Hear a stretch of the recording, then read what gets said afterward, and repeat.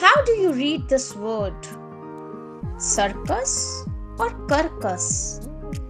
As we all know, letter C produces two sounds, k and s. But how to recognize it? Here is a rule for it. If letter C is followed by E, I and Y, it produces S sound. For instance, seas, cement, city, cyst, circle.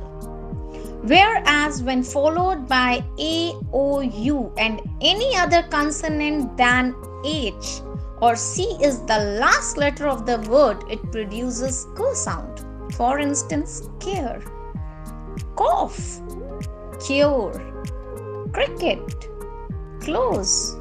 Follow for more.